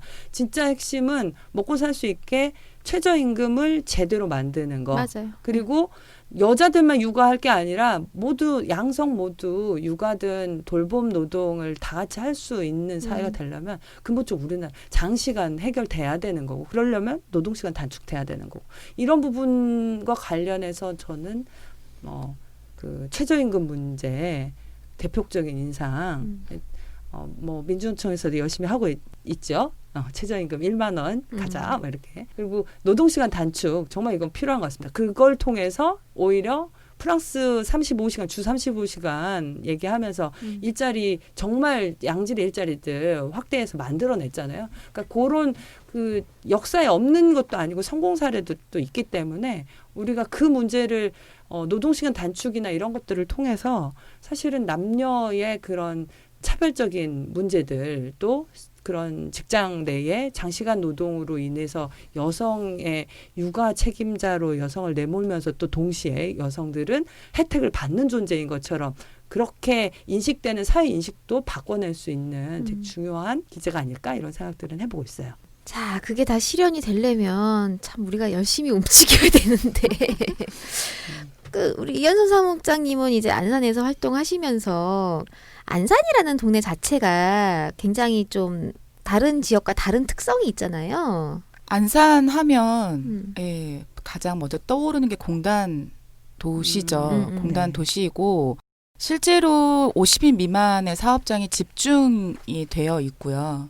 그리고 이제 그 50인 미만 사업장인데 그 주요하게 하는 업무들을 보면 이제 자동차 부품이라든지 전자제품 그 부품을 생산하는 일들을 하고 있죠. 그러다 보니 이제 원청에 하청에 계신 분들이 보통 저희 안산 반월과 시화 공단에 이제 포진 최소한 5단계 이상은 하청. 네, 있어요. 그러다 보니까 실제로 공단 노동자분들 상담을 받으면 파견이나 그다음에 저임금이나 이런 것들 고용 불안 그리고 뭐 하루아침에 뭐 그 라인 없어졌다면서 나오지 말라고 용역회사에서 뭐 문자를 받는다든지 최저임금 그러니까 용역회사랑 계약을 하다 보니까 정말 그 임금이 최저임금 딱 그 선에 맞춰서 장시간을 아까 말씀하신 것처럼 자발적으로 선택할 수밖에 없는 뭐 하여튼 안산은 좀 그런 부분들이 있어요. 그래서 안산에 좀 우울하긴 한데 안산의 지금의 뭐 노동의 현황이라고 하면 고용 불안과 저임금의 밀집이라고 볼 수 있죠. 예. 그럼 사무장님이 보시기에 그 안산의 오늘의 그 처참한 현실을 요거를 한 방에 뒤집을 수 있는 게 있다라고 하면 뭐가 있을까요? 글쎄요, 고민이 많아서 이거를 제가 한 방에 뒤집을 어떤 거리 뭐 이런 것들을 알았다면 당장 뭘 어떻게 했었을 텐데. 아, 질문이 너무 힘들었나 보다. 질문 좀 바꿀게요. 네네. 한 방이 아니라 장기적으로 봤을 때 이제 안산의 현실 그리고 우리나라 크게는 이게 우리나라 또 더 크게는 전 지구적으로 요 노동자들의 그 왜 하청의 재구조인 그것 때문에 저임금인 그런 현실을 고쳐 나가기 위해서 필요한 정책이 있다면 뭐가 있을까요? 저도 이제 생각이 드는 거는 임금에 대한 부분을 어쨌든 주 40시간 일을 하면 먹고 살 수 있는 정도? 근데 저희 이제 안산 같은 경우는 공단에 계신 분들도 그 자료를 보니까 한 평균 한 200여만 원 정도 된다고는 하는데 근로시간은 타 지역에 비해서 훨씬 길어요.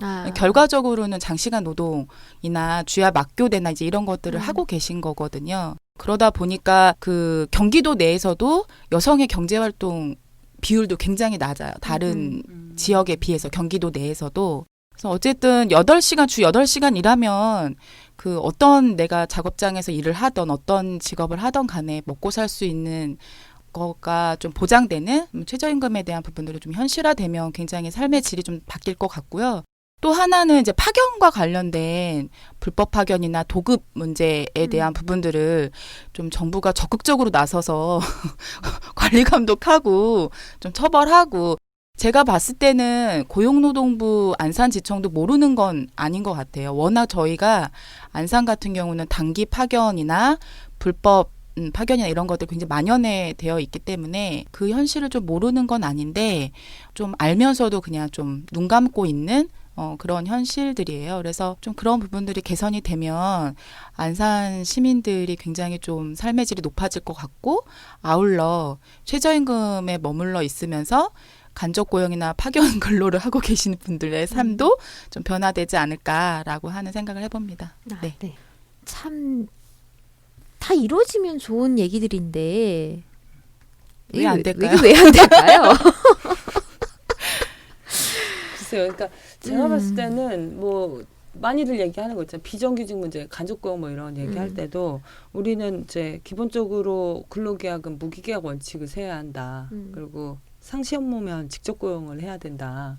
이런 얘기를 하는데 마치 그러면 고용의 어떤 경직성이 높아지고 뭐 일자리가 오히려 줄어들고 성장의 발목을 잡을 것이며 막 이런 식으로 이제 치고 들어오는 거죠. 근데 사실 이게 어떤 면에서는 우리가 계속 이른바 낙수 효과를 그 전제로 깔고 있는 것 같아요. 그거는 이제 낙수 효과는 이제 전혀 효과가 아니다라고 네. 이미 다 그래서, 결론 내린 바 있는데. 그래서 이제 지금 좀 우리가 이제 거꾸로 이제 필요한 게 그래서 우리가 이제 최저임금 인상이라던가 그러니까 실질적인 생활임금 보장을 얘기하고 그리고 뭐 노동시간 단축을 통해서 일자리를 만들면서 그 일자리들을 뭐 어느 정도 임금이 보장되는 일자리들로 그리고 안정적이고 이제 비정규직 일자리가 아닌 일자리로 만들자라고 이제 말하는 것에 사실 전제는 그런 낙수익과 이론에 맞춰져 있는 게 아니라 그쵸. 흔히 말하면 이제 소득주도형 성장 구조로 가야 된다. 이제 이런 거고 이거는 충분히 많은 외국에서 사례들을 통해서도 나오고 있고요.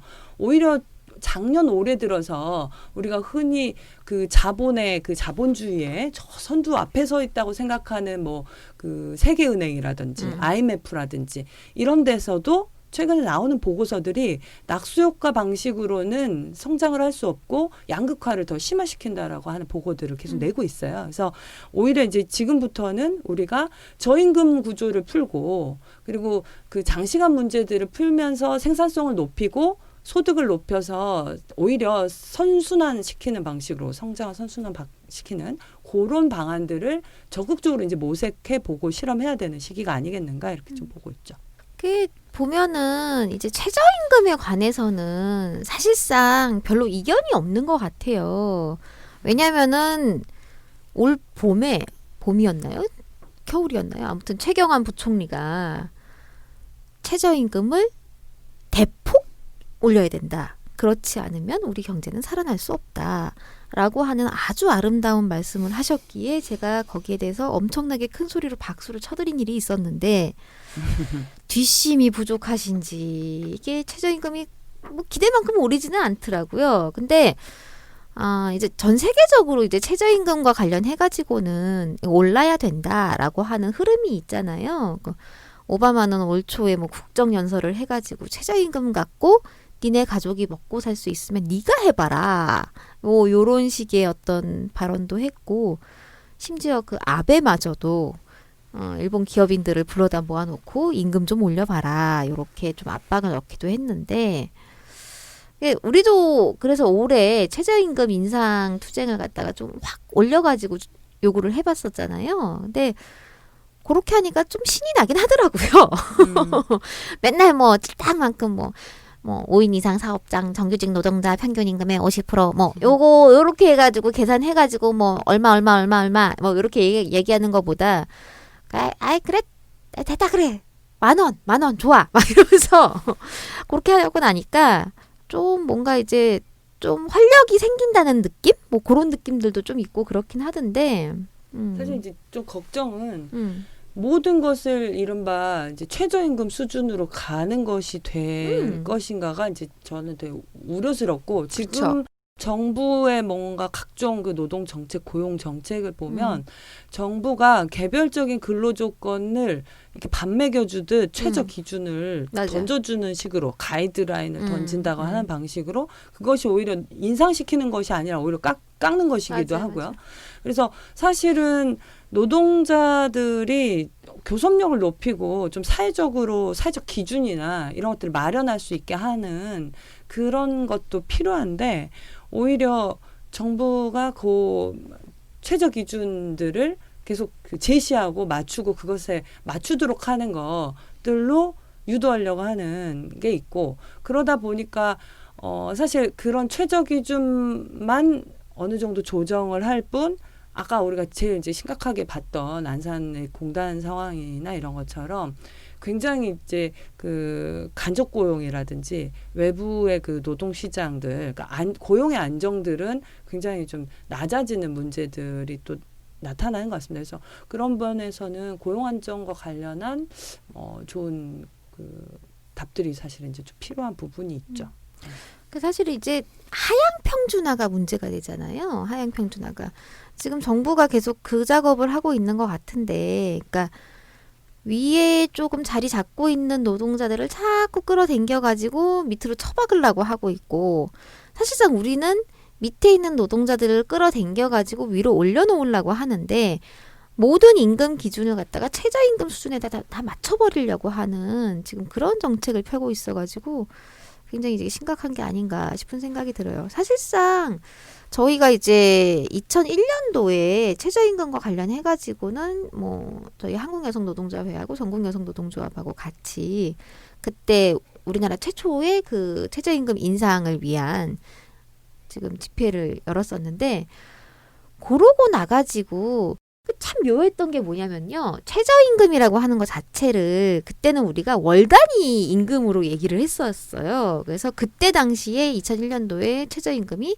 42만 1,490원 이었는데 그러고 나서 한 몇 년 동안은 이제 월 단위로 얼마를 해야 된다라고 하는 그런 주장들 이게 이거 갖고 되겠냐라고 하는 주장들을 계속 했었는데 어느 순간 그게 시급으로 바뀌어 있는 거죠.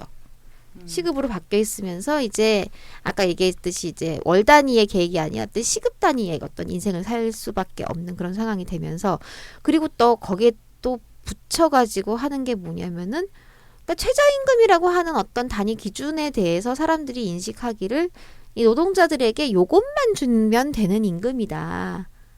라고 하는 인식이 굉장히 보편적으로 자리 잡아가고 있다라고 하는 그런 우려 그런 것들이 있는 것 같아요. 그러니까 사실은 야 요거는 요거 이상으로 주면 요거 밑으로 주면 안 돼라고 하는 임금이었지 그거를 갖다가 요것만 주면 되는 임금이야라고 하는 게 아니었잖아요. 사실 그래서 양질의 일자리와 관련해서 음. 임금만 최저임금만 주는 것으로 될 수 없는 거고 그런 면에서는 반드시 이제 특히 여성 노동에서도 놓쳐서는 안 되는 게 바로 비정규직 문제 해결이 되게 중요한 과제일 수밖에 없다고 생각해요. 결국은 계속 자본은 사용자가 책임지지 않는 방식으로 가고 싶어 하는 걸 거고 얼마든지 빨리 쓰고 버리려고 하는 방식으로 가는데 인간은 이렇게 상품이 아닌지라 쓰고 버리는 것은 옳지 않죠. 그리고 그런 방식으로 상품처럼 물건처럼 취급될 수 없다는 게 우리 그 국제사회의 노동법 원리에 있는 것이고요. 그래서 사실 이제 특히 여성 노동 문제에서는 점차 이제 그러니까 최저임금 문제나 이런 기본임금과 관련한 문제가 한 축에 있다면 이 고용과 관련해서는 끊임없이 이제 외부 시장화되는 그런 이제 뭐 파견법의 확대랄까 파견이나 확대나 뭐 이런 부분과 관련해서도 좀 적극적인 어떤 입장들이 제출될 필요가 있겠다. 특히 그래서 저는 뭐 프랑스에도 이 무기계약 원칙이라던가 직접 고용 원칙 같은 것들을 두고 있다고 알고 있어요. 근데 그런 것들이 불가능하다고 생각할 문제는 아닌 거고 그런 원칙적인 부분들을 회복하는 거 이런 것이 우리 과제가 되어야 한다고 생각합니다. 그 사실 원칙이라고 하는 것 자체가 어쨌든지 간에 어떤 철학에 기반해가지고 원칙이 만들어지고 그 원칙을 지켜가는 사회가 아름다운 사회인 건데 그 원칙을 만들 때 있어서의 어떤 합의라고 하는 것들을 어느 일방에 특히 자본의 이익에만 맞춰가지고 그걸 만들어 가다 보니까 우리 사회가 굉장히 뒤틀리고 변형된 방식으로 이제 우리가 살아갈 수밖에 없다라고 하는 그런 생각이 드는데 사실 이제 2000년도 말에 이제 공당 구조 고도화라고 하는 정책이 있었잖아요. 아, 네. 예. 근데 요것 때문에 어쨌든 기업들은 되게 토지 자본으로 돈을 벌고 그다음에 여성 노동자들은 더욱더 어려움에 처했다라고 얘기를 하셨는데 이제 공당 구조 고도화라고 하는 게 뭐를 얘기하는 거죠? 되게 말이 어려운 것 같이 들리긴 하는데요. 원래 우리 공단은 아실 거예요. 우리 보통 이제 90년대 막 이런 지역 산업 단지들을 두고 이런 이제 그 대기업의 이른바 분공장처럼 이렇게 조그마한 이제 부품들을 생산하는 그 이른바 저임금 노동 시장으로 활용해 왔었단 말이에요. 근데 이게 이제 워낙 열악하고 그리고 그래서 근로 조건이나 임금도 되게 낮고 그러다 보니 좀 이런 그 저임금이나 뭐 기혼 여성이라든가 이런 노동력을 갖다 쓰기 좋게 이제 주거지 가까이 좀 형성되는 그런 특성들이 있었는데 대표적인 게 뭐 구로공단 같은 데가 그랬던 거죠. 근데 경제위기 이후에 이게 이제 워낙 낙후된 시설들이다 보니까 이걸 첨단 산업들 우리 IT라든가 막 이런 첨단 산업하고 이거를 그 산업 그 단지 내에 지원 시설이나 주거 시설 같은 것들을 좀 이제 개발해서 좀 더 시설을 뭐랄까 기반 시설을 확충해 가지고 이 자체로 좀 그 공단의 구조 자체를 고도화시키겠다 이제 이런 건데요. 실제 그렇게 해서 많이들 알고 계신 게 이 아파트형 공장 같은 거예요. 네.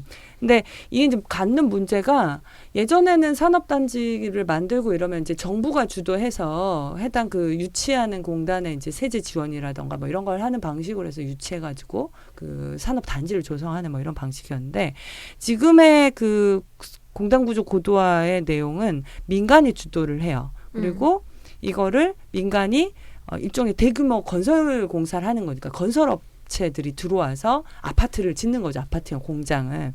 그러면 그 도심 내에 이제 이런 아파트형 공장이 들어서는 게 도시에는 부동산이 땅값이 비싸잖아요. 그러다 보니까 이제 이 지대를 감당할 수 있게 이 분양 면적을 최소화할 수 있는 빌딩형으로 이제 공장을 짓는 거고 그리고 이런 용적률을 높이려니까 너무 재밌는 게 왜? 공장도 아파트야. 그렇죠. 그러니까요. 그래서 이걸 이제 또 그 땅 면적당 용적률을 높여야 되니까 이 막 400%까지 막 높이는 거예요. 그 층수를 막 올린다는 얘기예요. 그렇게 해서 용적률을 이제 요런 그 준공업 지역은 용적률을 많이 높일 수 있게 해주고 뭐 이런 방식입니다. 그러다 보니 요만한 땅덩이를 가지고 있어도 시세 차익을 잘 누릴 수 있는 조건들이 되는 거예요. 투기의 대상이 이제 되는 거죠. 그러면서 여기가 이제 제조업이었는데 어느 날 보면 임대업이 되어 있는 거예요. 사실 제조업의 외관을 쓴 임대업들을 하고 있는 거고. 근데 그럼 잠깐만 거기서 그 아파트형 공장을 분양받을 수 있는 조건이 따로 있나요? 그런 거죠. 그러니까 이거는 공단이기 때문에 일반인들이 그냥 할 수 있는 게 아니라 여기서 이른바 공단에서 유치하는 산업시설을 운용하겠다는 사람들이 들어올 수 있는 그런 공장들이. 그럼 공장을 직접 네. 운영하는 사장님들만 네, 들어올 그쵸, 수 그쵸. 있는 그런 거죠. 그런 네. 분양할 수 있는 아파트군요. 네, 그런 거죠. 근데 이제 이게 겉은 제조업인데 이제 공장인데 이제 사실은 1, 2년 해서 내가 분양받아서 들어왔는데 이제 땅값이 뛰면 이제 그 시세 차익을 얻는 뭐 이런 구조라고 볼 수 있을 거예요. 그러다 보니까 이게 사실은 실제로 그 산업 활성화라기보다는 일종의 이제 투기성이 높아진 거고 그러다 보니 이 공장이 오래 거기 있는 게 아니라 그 제조업을 통해서 수익을 남기는 구조가 아니다 보니까 1, 2년 만에 다른 데로 이전을 해요. 더 싼 부대지로, 더 싼 단지로. 그래서 또 거기서 무슨 투기를 하든. 그러다 보니까 노동자는 그 지역에 도심지에 있는 그 어려운 형편의 기혼 여성들이나 이주 노동자 뭐 이런 사람들이 이제 주 대상들인데 이 사람들은 따라 옮겨갈 수가 없기 때문에 굉장히 단기적 임시적으로 일하게 되는 불안정한 노동을 하게 되는 구조를 취하게 되고요. 그러니까 어느 날 보면은 공장이 사라져 있고. 그렇죠.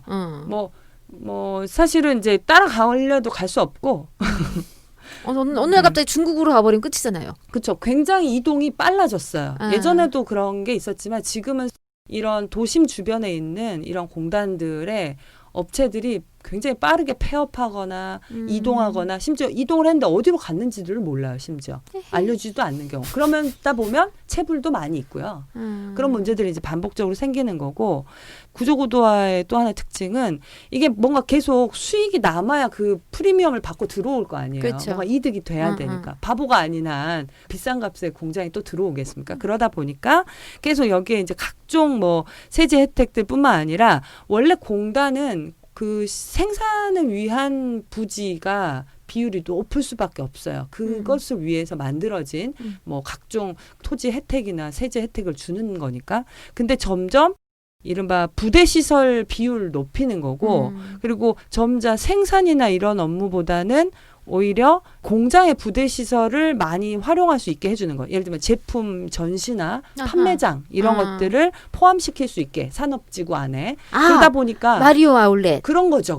아하. 그래서 실제로는 생산 시설보다는 이상한 유통업들이 이제 엄청나게 붐이 일게 되면 각종 아울렛들이 그 단지를 이제 장악하는 모습들을 볼 수 있는 겁니다. 그러다 보니까 여기는 정작 해당 신규 첨단 산업 이게 아니라 우리 건설업들이 그러니까 수익을 남겨 먹고 그리고 또 유통업들이 그 싼 값에 그 엄청 싼 값에 들어가는 거예요. 뭐 정부로부터 몇 년 동안 면세를 받는다든가 이런 식으로 그렇게 해서 이 수익을 누리는 거고 그나마 이제 공장 사장들도 이제 투기를 하게 되면 거기에서 이제 이득을 취하는 거고 그러면 계속 그렇게 보면 그 지대가 높아지는 거니까. 그럼 결국 그 공장이 들어왔을 때 이게 가동이 가능하려면 어떻게 해야겠어요? 임금을 깎아야겠죠. 그래서 이것이 이제 결국은 이제 저임금을 계속 악화시키는 구조로 또 가게 되는 것 같습니다. 그러다 보니까 특히나 이제 열악한 노동자들이 몰려 있는데 다른 선택의 여지가 없기 때문에 그 저임금에도 불구하고 일을 하게 되는 거고 심지어 그 실태조사 보면 공단이 최저임금 미만 지급하는 사례도 굉장히 많이 나타나고 있어요. 그래서 이런 문제들이 결국은 또 공단 전체 일반화를 시키면서 그나마 뭐 예를 들면 남성 노동자의 경우에는 정규직이라거나 그렇죠. 뭐 어느 정도 뭐 성과급도 있는 임금이라거나 뭐 이런 거였는데 어느 몇 년 지나 보니까 점점 임금이 떨어지더라는 거죠. 하향 평준화하는 현상들을 이제 갖고 오는 좀 전형적인 문제를 좀 드러내고 있습니다. 안산도 이런 게 있나요? 저도 좀 찾아봤더니 음. 있긴 하더라고요. 오. 구조 고도화 산업에 대한 그 기류를 타고 안산공단의 이름이 스마트 허브로 바뀌었어요. 안산 스마트 허브. 네. 아이고. 그거 외에는 오. 그리고 이제 MTB라고 해서 아까 말씀 하셨던 그런 그 아파트형 공장 이제 이런 것들에 대한 부분들을 건설하는 것들이 한참 지역 안에서 이제 이슈가 되거나 쟁점이 됐던 게 있었는데 현재 상황에 대한 부분들은 제가 정확하게 파악은 못하고 있지만 그 MTB 만들어지면서 여러 가지 지역 사회와 약속했던 것들 있잖아요. 뭐 환경에 대한 부분, 노동의 질에 대한 부분 이런 것들이 잘 지켜지고 있지 않아서 아까 말씀하신 것처럼 이제 뭐 그냥 들어왔다 나갔다 들어왔다 나갔다 이런 형태가 되다 보니까 그런 건지는 잘 모르겠으나 오폐물 문제라든지 고용 질에 대한 부분들이라든지 이런 것들이 처음에 이제 당초 건설할 때 좀 약속했던 것들하고는 잘 이게 잘 안 돼가지고 좀 쟁점이 되거나 논란이 됐던 사례는 있어요. 사실 우리가 이걸 언뜻 들으면 아 이렇게 막 그 시장이 그런 이제 투기 자본과 막 이렇게 막 흘러가는데 과연 우리가 뭘 할 수 있냐 이렇게 생각할 수도 있는데 실제로 이 구로공단 디지털 단지 이게 성공 이후에 그러니까 그 이른바 돈이 되더라 이거죠. 네. 부동산 돈 되고 건설업도 돈이 막 붐이 되고 막 이런 것들을 지역 그 산업단지에도 확산하기 위해서 시도를 했어요. 그래서 그런 시도가 전국의 그 수십 개의 그 산업단지에 공단구조 고도화가 막 진행이 되고 있는데 실제로 이거를 대표적으로 KC 아마 구미공단 지역 기억하실 거예요. 구미. 예, KC 그 거기도 노조 파괴하는 되게 그쵸. 유명한 그 거기 되게 사업장들 악랄한데. 예, 근데 거기가 이제 막 정리해고를 해도 안 되고 뭘 해도 노조가 안 사라지고 막 버텨서 막 싸우니까 이제 뭘 했냐면 이 일종의 이 구도고조한 형태인데 그 부지에다가 백화점을 들이는 이른바 공단구조화의 한 형태죠. 왜? 그 매장이나 전시장 뭐 그렇죠. 이런 거 할 수 있게 돼 있어요. 그래서 그런 거 유치하는 그런 사업을 추진을 막 했었어요. 근데 그때 당시에 그 KC 노동자들이나 이런 분들이 막 적극적으로 그 지역사회에 알리고 이게 갖고 올 문제와 이 파장에 대해서 알려내면서 그때 굉장한 호응을 받아가지고 그 지역 그 서명 받고 이러면서 이제 지자체에도 문제 제기하고 이걸 승인해주지 말라고 해서 그래서 결국은 이게 승인이 안 되고 예. 그래서 사실 나름 이것들을 막아낸 또 사례들이 있어요. 그래서 이걸 우리가 무조건 시대가 이렇게 흘러가는데 우리가 도대체 뭘 할 수 있겠어? 나만 아니면 돼. 나만 살아남으면 돼. 이렇게 생각할 문제는 아니지 않겠나. 그렇죠. 충분히 우리도 할 수 있는 가능성과 힘이 있다. 이런 생각을 했으면 좋겠습니다. 그쵸? 근데 말이요. 되게 막 지금 정부랑 그전 정부가 잘 쓰는 말 중에 뭐 고도화, 선진화. 이게 그쵸, 참 맞아. 공공부문 선진화도. 네, 이게 말이 이제 코에 걸면 코걸이, 귀에 걸면 귀걸이라고 하기는 하지만 어떻게 이런 단어를 갖다 붙이는지 참 공단 구조 고도화 엄청 괜찮아 보이는 이름 같은데 사실은 그 이면에는 그런 것들이 숨어 있었다라고 하는 거고 이제 결과적으로는 어쨌든 건설 자본과 그 다음에 그 공장을 갖고 있는 어떤 그 사장님들이 좀 행복하기 위한 그런 정책이고 결과적으로 노동자들은 다 이게 쥐어 짜인 거잖아요. 사실 근데 이곳에 또 하나의 수혜자들이 또 있어요. 누가 있을까요? 이렇게 계속 그 이른바 자본의 디아스포라라고 해야 되나? 자본이 끊임없이 막 이주를 해요. 네. 그러면서 이제 그 돈 되는 대로 계속 가면서 그 지역을 이제 말아먹는 투기자본. 그런 구조인데 사실 그렇게 되는 것에 노동은 그렇게 빨리 이동하지 못합니다. 그죠? 그렇죠. 아까도 말씀드린 것처럼. 그러다 보니까 노동이 굉장히 불안정한 노동이 되고 그러면 또 새로운 공장 뭐 이런 것을 계속 생계를 유지하려면 그 과정에서 나타나는 게 바로 이제 그 인력 중개 산업인데요. 그래서 민간 인력 중개 산업이 이거를 계속 그 확대되고 있는 게 한 이제 축이고 그게 예. 같이 움직이고 있다고 예, 볼 수 예. 있고요. 그러니까 또 지난번에 이명박 정부 말기에 네. 그 법을 또 뜯어 고쳤잖아요. 그렇죠. 직업안정법이라고요. 예. 직업안정법은 이름 그 자체가 딱 법의 목적 자체가 직업의 직업 안정을 목적으로 하고 하는 그리고 법인데 거기에 이제 핵심이 고용의 그 이른바 우리 일할 권리와 관련된 고용에 대한 정부가 일자리를 제공해야 될 의무, 정부와 지자체의 의무를 명기하고 있는 네. 거예요. 그리고 이제 이른바 인신매매처럼 네. 이렇게 사람을 사고 파는 문제들이 발생하지 않도록 하기 위해서 파견이라던가 인력 공급이라던가 근로자 뭐 공급들을 하죠. 그런 부분들을 제한하고 있는 법들이에요. 그래서 원래 그 법에 따르면 인력 수급의 문제를 노동자의 관점에서 이제 하도록 제한하는 건데 문제는 그 법을 어떻게 뜯어 고치려고 했었냐면 그 당시에 그때가 고용 서비스 선진화법이라고 맞아요. 했어요. 고용 서비스 그때도 선진화였어. 네. 그게 이제 핵심 목적은 민간 인력 그 중개 산업을 시장화하고 활성화시킨다라고 산업화시키겠다. 네. 그래서 좀 대기업들이 대자본들이 그 산업을 이제 활용할 수 있도록 하게 하려고 했었던 겁니다. 근데 그 당시에도 이 이제 불법적인 이제 파견이나 외부 시장화를 과도하게 확대할 수 있는 문제 그리고 그러면 이 노동권, 노동 인권이 침해될 수 있는 소지들이 굉장히 높기 때문에 고용은 훨씬 불안정해지고 그렇죠.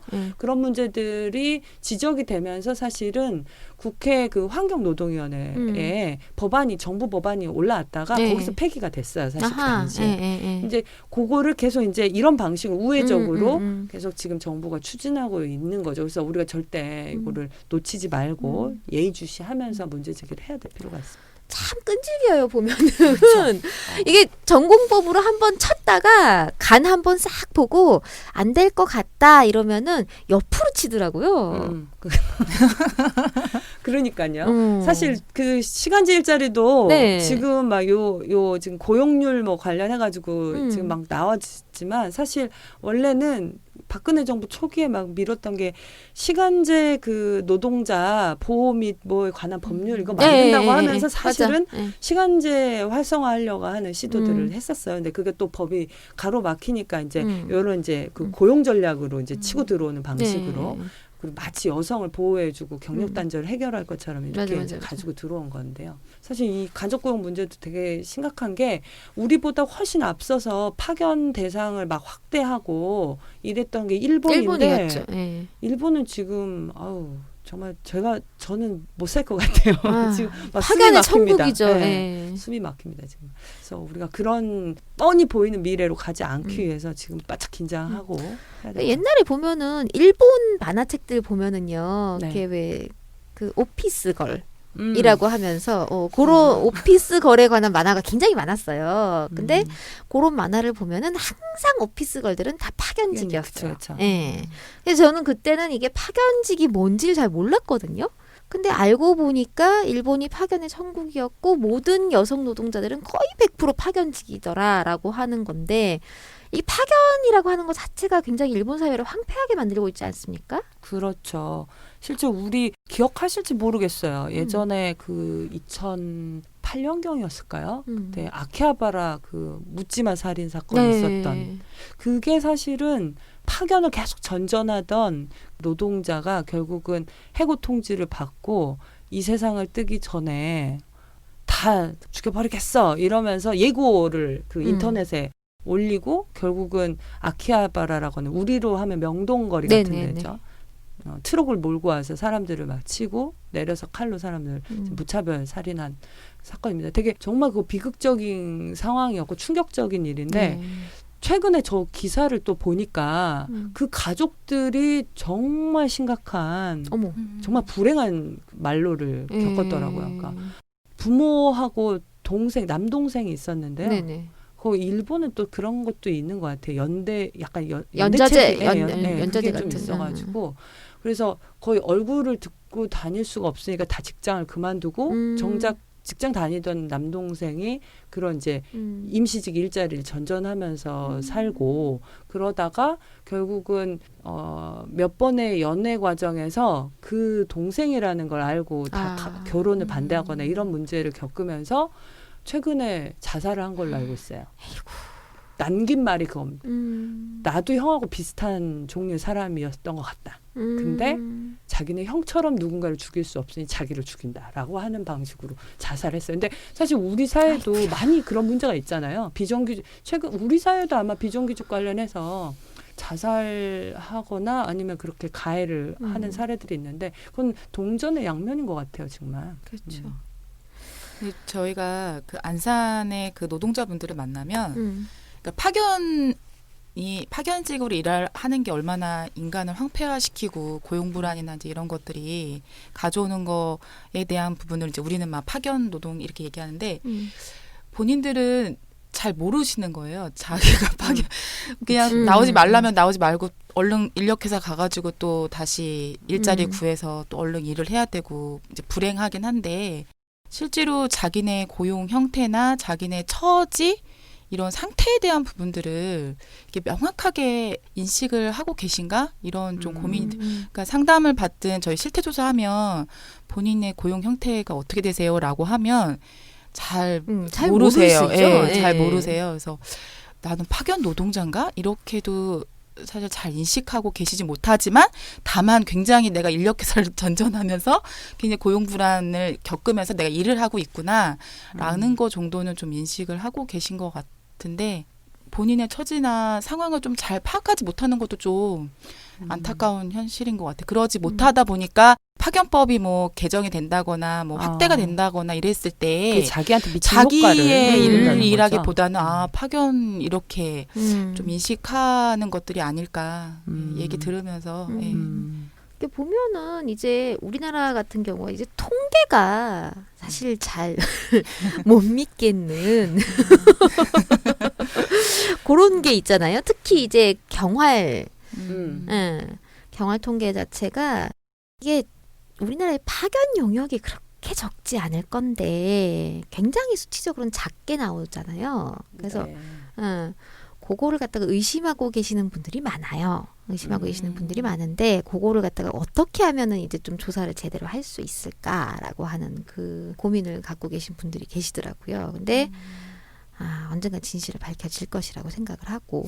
근데 일단은 문제는 뭐냐면은 이제 내가 어떤 상황에 처해 있느냐, 그다음에 내가 어떤 일에서 지금 이게 정부가 지금 추진하고 있는 정책이 나에게 어떤 영향을 미칠 것인가라고 하는 것에 대해서 좀 관심을 가져야 되지 않겠는가라고 하는 그런 생각이 좀 들기는 해요. 그래서 내가 한번 자기 거를 한번 체크를 해봅시다. 나는 정규직인가?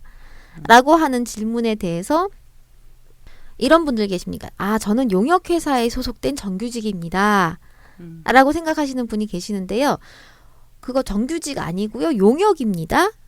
용역이고요. 그리고 파견직 같은 경우도 이제 보시면은 이제 저는 그냥 어느 날인가는 여기로 갔다가 어느 날인가는 저기로 가서 일을 하는 거예요. 라고 얘기를 하시는데 그거는 파견인 거고요. 몇 가지 이제 자기가 자기의 고용 형태에 관해서 좀 체크를 해보셔야 될 필요가 있어요. 필요가 있고 그리고 그게 나의 현재를 어떻게 좌지우지하고 있는가라고 하는 것에 대해서 좀 관심을 가지시고 그거에 대해서 이제 정부가 어떤 짓을 하고 있는가라고 하는 것에 대해서 좀 눈을 크게 뜨고 한번 같이 살펴봤으면 좋겠습니다. 자, 이제 저희가 꽤 많이 얘기를 했어요. 그래서 거의 맞춰야 될 시간인데 저는 박주영 노무사님한테 이런 걸 여쭤보고 싶은데 노동자에게 있어서 법은 땡땡이다. 그 현실과 바램을 좀 나눠서 얘기를 한다면, 예. 노동자에게 법은 계륵 아닐까요? 계륵. 계륵. 사실 저희가 이제 그 법률원에서 내는 이제 그 신문 그 코너, 칼럼 네네. 코너 같은 코너 제목 중에 하나가 뭐냐면 법은 창과 방패다라고 아하. 하는 제목을 가지고 모순이네요. 그렇죠. 근데 창이 될 수도 있고 방패가 될 수도 있다는 얘기인 걸로 말씀드리는 건데 한 번도 나에게 방패였던 적이 없고 창이었던 적이 없었다고 생각하시는 분들이 분명히 있을 거예요. 그렇죠. 사실 그런 면에서 법이 많이 이제 변질되고 있다고 해야 되나? 좀 이렇게 해체되고 있는 상황들이 있습니다. 노동법의 본질들을 그리고 현실을 못 쫓아가고 있는 문제들도 많아요. 그래서 사실은 국회 안에서 혹은 그런 법적인 문제들을 사실 뭔가 그 사회적인 차원에서의 어떤 뭐 협약이라고 해야 될까요? 뭐 그 사회적으로 우리의 어떤 그 권리장전을 만들어야 되는 문제들이 같이 좀 필요한 것 같아요. 그냥 국회에서 뚱땅뚱땅 좋은 법을 만들어놨다고 해서 그게 현실에 적용되거나 이용될 수 있는 것이 아니기 때문에 우리 법이 지금 많이 부족하고 그렇지만 그 정말 누더기 같은 방패와 꺾인 창을 가지고라도 어쨌든 법률원은 여러분들하고 같이 하려고 노력하고 있는 거고요. 다만 법은 그냥 국회에서 만들어지는 게 아니기 때문에 끊임없이 우리가 목소리를 내고 이것이 문제다, 이걸 해달라라고 해서 사회적으로 어떤 우리 목소리로 만든 어떤 권리장전이 그게 필요한 시기인 것 같아요. 네. 그것을 법이라고 한다면 저는 우리의 창과 방패가 될 수 있다. 네. 우리가 우리 창과 방패를 우리 목소리로 만들어 보는 그런 게 좀 필요할 것 같습니다. 같이 하면 좋을 것 같아요. 네. 그리고 그 창과 방패가 혼자가 아니라 여럿이 함께 같이 하게 되면은 조금 더 큰 힘을 발휘할 수 있지 않을까. 전 또 그런 생각이 듭니다. 자, 우리 이현선 사무국장님께도 같은 질문 드려볼게요. 여성 노동자들에게 있어 법이란? 제가 여성 노동자회에서 활동한 지 이제 10년 차예요. 그래서 처음에 그래도 활동할 때는 이렇게 찾아오시면 이제 법이 약간 그래도 바운다리가 됐었고 그 안에서 뭐 해고당했으면 부당해고 가면 되고 임신 출산 불이익 부당한 거고 뭐 실업급여 이렇게 하면 받을 수 있고 이제 이런 것들과 관련된 부분들을 적극적으로 이제 그 구제해드리고 그 안에서 찾는 보람들이나 그분들의 그런 삶의 변화나 이런 것들이 굉장히 큰 힘으로 좀 왔었는데 근데 지금의 노동 시장의 변화나 이제 이런 것들을 봤을 때 여성 노동자에게 이제 법이라는 거에 대한 부분들이 제가 처음 활동할 때처럼 그런 바운다리가 될 수 있을까라고 하는 불안과 질문 이런 것들을 좀 하고요. 그래서 뭐 현재는 여성 노동자들에게 법이 좀 그런 상황이긴 한데 좀 같이 변화시켜내는 것들, 당사자들의 목소리를 통해서 나의 현실과 좀 맞닿은 나의 삶을 변화시키고 나의 삶을 보호해 줄 수 있는 10년 전의 상황이 그렇다고 다 좋은 건 아니지만 하여튼 그런 것들에 대한 부분들로 좀 만들어졌으면 좋겠다라고 하는 바람, 좀 그런 부분들이 있네요. 네. 가깝지만 너무 먼 당신 뭐 이런 건가? 그러게요. 참 우리의 친구가 되어야 되는데 우리의 친구가 되고 우리의 보호막이 되고 우리의 울타리가 되어야 되는데 사실상 이 법이 우리에게 창이 되어서 겨누고 있는 그런 엄혹한 현실인데 자 이제 요거를 갖다가 살포시 있게 나를 좀 무디게 하고 우리의 울타리, 우리의 그 보호막이 될 수 있도록 우리 같이 이제 노력해 봐야 되지 않을까 싶습니다. 그러기 위해서 우리에게 굉장히 소중한 분들이 많아요. 우리 오늘 출연해 주신 박주영 노무사님이라든가 안산의 이현선 사무국장님이시라든가 지난 시간에 출연해 주셨던 윤재영 변호사님이라든가 나지연 위원장님이시라든가 그리고 이론이라든가 이런 것들을 통해 가지고 우리 사회를 좀 바꾸기 위해 노력하고 계시는 김경희 교수님 같은 그런 분들 네. 굉장히 우리에게 소중한 분들이 많은데 이 분들이 같이 모여 그리고 여러분들과 함께 갈 때 우리 사회가 조금 더 나은 곳으로 변해가지 않을까 그렇게 생각해 봅니다. 오늘 을들의 당나귀기 여기까지 하겠고요. 우리 다음에도 뵐 수 있겠죠? 네. 목소리가 작은 것 같아요. 우리 다음에도 언젠가 뭐 다시 한번 뵙는 것으로 할게요. 예, 감사합니다. 오늘 마치겠습니다. 수고하셨습니다.